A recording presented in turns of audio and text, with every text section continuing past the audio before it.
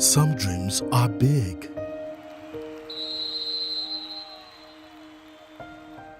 Some dreams are small.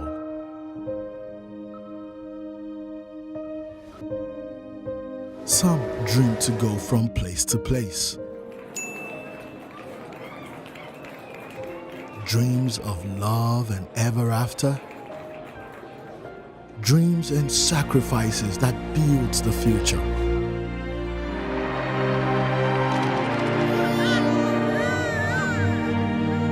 Whatever the dream or step or journey, you can do more with a partner that cares about your dreams. Access, more than banking. Welcome back.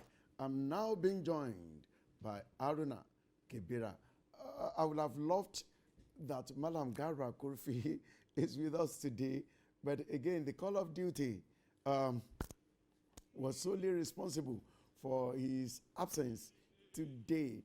But I'm sure we are going to be having a swell time with Aruna. So, Aruna, you are welcome. Thank you for having me Right. once again. We go straight to business. In the course of of last week, it was reported that there is this synergy, so I can put it, between SUA and Julius Berger. How? SUA secured 15.5 billion naira loan from a consortium of banks purely for road projects. According to the report, the loan was secured for the importation and supply of 33 trucks and equipment to be deployed for the construction of the roads being handled by Julius Berger. According to the report, 16 trucks already handed over to Julius Berger. Now, when I joined this market close to 30 years ago, SCOA, CFAO, were some of those companies that were actually ruling and dictating performances on the Nigerian Stock Exchange then. But over the years, that was not what we saw, all right? What really has happened to SUA over the ages, if you know? No, I think what happened is, the economy and the world is in a state of a flux. There is a technological change, and if you don't key in, it's either you key in, it's either you bend or you break. If you don't key in, you'll be left behind. And if you look at the quality of results that have been released by SEO over the time, has actually not been encouraging, and look at their record that covered that for a very long time they've not declared dividend, which is what the market is actually waiting for. If you see their Q2 2022, their turnover declined by 66.15%. The only thing that they made the better loss from 0.06 kobo to 0.02 kobo.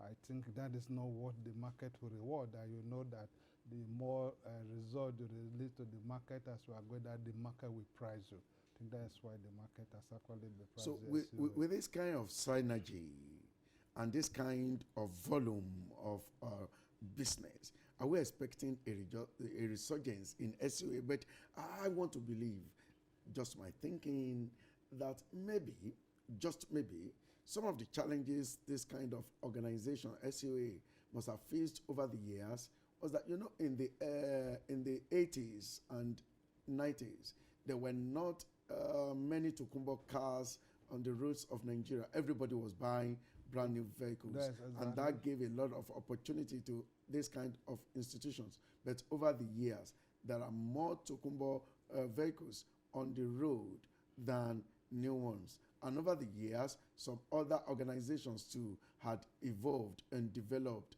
like Elizade Group and some other groups, to compete with these institutions. But that being said, that's my thinking, that's my reasoning anyway. But are we now expecting a resurgence in the life cycle, in the performance, in the operation of a company like this? I should be made to believe that, but the only thing is that they should not stop at this. because this is a contract that they have entered into. They've entered a job partnership with Julius Berger. After this, what next? For Julius Berger, we are always seeing them on the road to Ibadan, across the country. They are always on one project or the other. They are never short of project. But why is it that there is this low yield to investors? I think what actually happened to them 2019 was because of the shutdown, which actually 2020. 2020. I think that it took a big toll on them. But if you look at their release quarter 2022, it was a big boost from 1 kobo of 2020 to 3 naira 1 kobo. If you convert it, that is almost 30,000% growth. I think maybe by the time we begin to go forward, we can see a better performance from Julius Berger.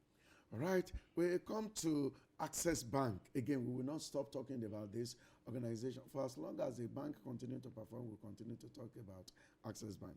Access Bank successfully, last week we were talking about the proposition, how they were approaching the global market for unsecured note. But now, in just 1 week, it was oversubscribed.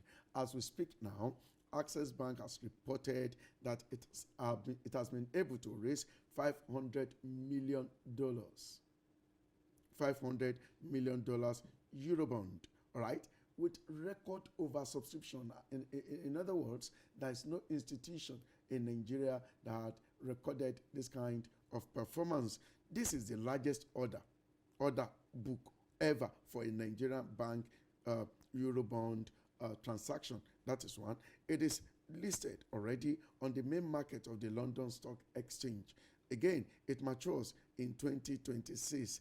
It was issued with a yield and a coupon of 6.12%, payable semi-annually in arrears. So what are the advantages of foreign currency denominated loan, Aruna, particularly in an inconsistent exchange rate environment like Nigeria? I think that borrowing in foreign currency may cost less than borrowing in the domestic currency. Issuing the euro market may be more economical than domestic currency, as it helps to circumvent with today's taxes and capital controls imposed by the local government. What about exchange rate? That is when, when they are repatriating the loan, that is to the advantage. Because if they have to swap the pounds into naira, that is only when they are paid back that the exchange rate will come into force. That is when the exchange rate might move against them. And if you look at $500 million converted, I don't know, maybe at an official exchange rate, how much do you think that will come to? I think my calculator will tell you should wait first. Let's calculate. All right. With this, that your calculator must be very funny, telling you to wait first. All right. Now, talking about this kind of performance for Access Bank, what would be your advice to existing investors? You see, I won't say that we have actually overhyped Access. What I should say, like, figures don't have emotion, figures don't lie. These news are verifiable. We are seeing the obvious. And what it just says that we know that when the market is bad, all stocks become bad. When the market is good, it affects all stocks. By the time the market is good, I think we will see a better Access than what we are seeing on the floor. I can't see Access trading less than 10 naira when the market become good. All right, we leave Access. CBN retains MPR at their MPC meeting this last weekend. MPR at 11.5% and they're also to launch 15 trillion naira infrastructure fund in October, just this next month. Now, talking about the retention of rates, cash reserve ratio is retained at 27.5%. Liquidity ratio is retained at 30%. You are an economist. Before you became a chartered stockbroker, what is cash reserve ratio? You know, the business of a commercial bank is buying and selling of deposits. What the CBN is just trying to do there, for every 100 naira that you have received as deposit, 27 naira 50 kobo should be kept either in your vaults or with the central bank as reserved. I think it's part of contractionary economic policy to make sure that volume of money doesn't go back to the economy just like that. And what is liquidity ratio? Liquidity ratio, no, in the simple term, liquidity ratio in accounting is just the current asset over current liability. That is by how much is your current asset when converted can pay up your liability. So for the bank, it's like 30%. What the CBN is telling the bank is that at every particular point in time, you should have as 3 times as much as your liability. In case anybody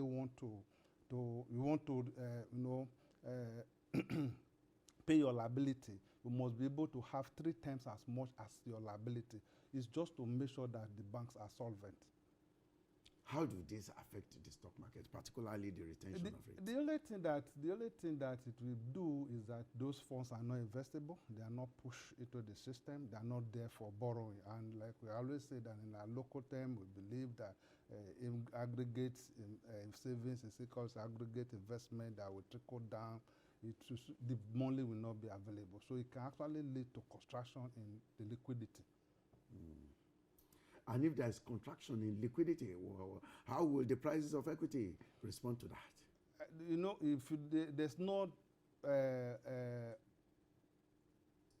There's no demand, and when there is no demand, prices will fall.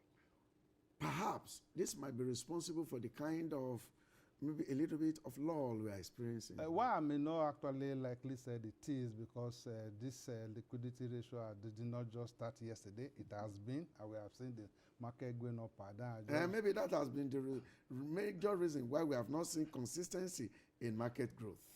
I think what the CBN is actually driving us to rejig the economy. That is why you say that they actually have not tampered with the rate, is that they are trying to actually monitor by how much it has gone. I don't think they are there yet.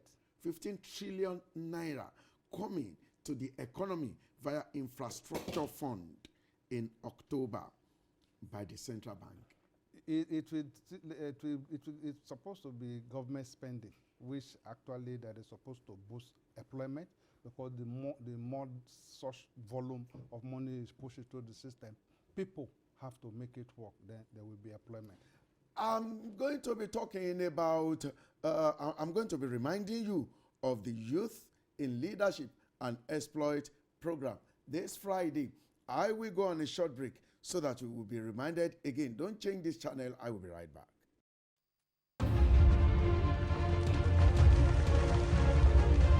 Fair Havens Christian Center presents Youth in Leadership and Exploit Conference 2021.